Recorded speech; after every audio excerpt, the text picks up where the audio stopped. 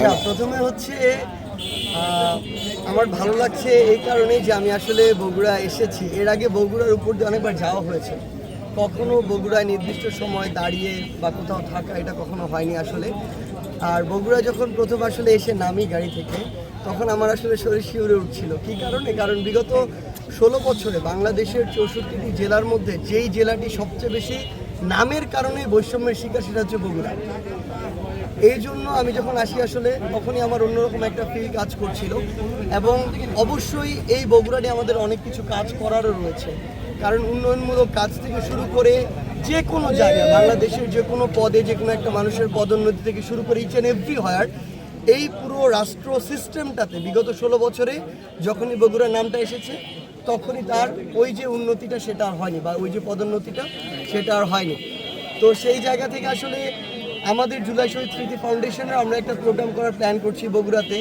আজকে যে আসলে এখানে এসেছি এটা একদম পারিবারিক কারণে, কোনো প্ল্যানে নাই, জন্য কাউকে জানিয়েও আসা হয় নাই। তো আমাদের এরকম ইচ্ছা ছিল যে অনেক বড় করে বগুড়া একটি প্রোগ্রাম হবে, স্পেশালি হচ্ছে ইয়াং জেনারেশনকে নিয়ে। কারণ পুরো উত্তরের আমাদের হিসাব মতে যে 16টি জেলা রয়েছে আসলে রংপুর এবং রাজশাহী বিভাগে, সবচেয়ে ক্ষতিগ্রস্ত বা এই অভ্যুত্থানে সবচেয়ে বেশি ত্যাগ স্বীকার করেছে বগুড়া জেলা। এই 16টি জেলার মধ্যে সবচেয়ে বেশি শহীদ হয়েছে, আহত হয়েছে এই বগুড়া জেলায়, এবং সবচেয়ে বেশি রক্তাক্ত হয়েছে, রক্ত দিয়েছে এই জেলার মাটি। তো সেই জায়গা থেকে আমাদের আলাদা একটি দায়বদ্ধতা রয়েছে, এবং আমরা আমাদের জায়গা থেকে মনে করি এই যে অভ্যুত্থানের 4 মাস হয়ে গেল, এই 4 মাসে আসলে সত্যি কথা বলতে আমাদের প্রত্যাশা যতটা ছিল এটা সত্যি যে ততটা পূরণ হয়নি।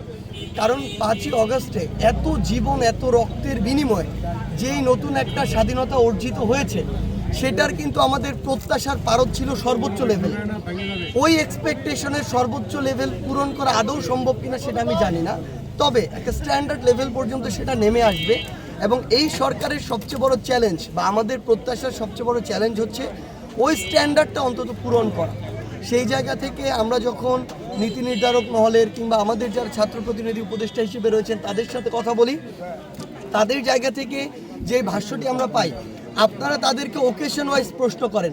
আমাদের যখনই দেখা হয়, যখনই কথা, আমরা তখনই প্রশ্ন করি, কারণ আমাদের ডাকেই তো এই মানুষগুলো জীবন দিয়েছে, রক্ত দিয়েছে। এই দায়বদ্ধতাটা আমরা আরও অনেক বেশি ফিল করি।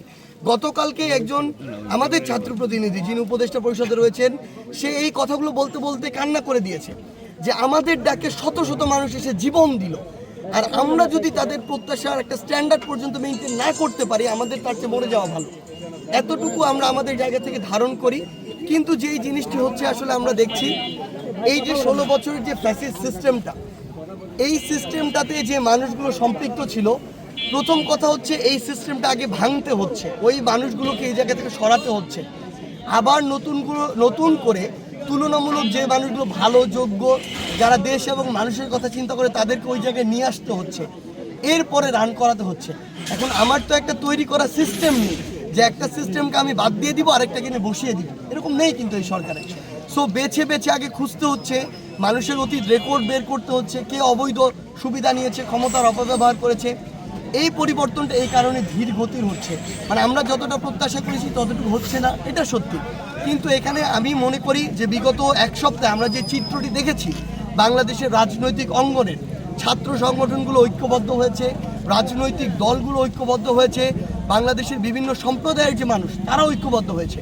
আমরা বিশ্বাস করি ফ্যাসিস্ট বিরোধী সকলে যদি এভাবে ঐক্যবদ্ধ থাকে, তাহলে এই চ্যালেঞ্জ আমরা খুব দ্রুত সময়ের মধ্যে অতিক্রম করে আমরা যে বাংলাদেশের স্বপ্ন দেখি সেদিকে এগিয়ে যেতে পারবো।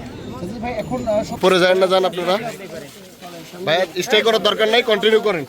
পেছন থেকে সরেন,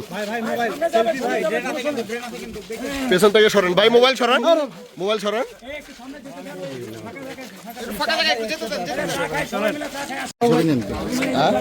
কেমনে কেমনে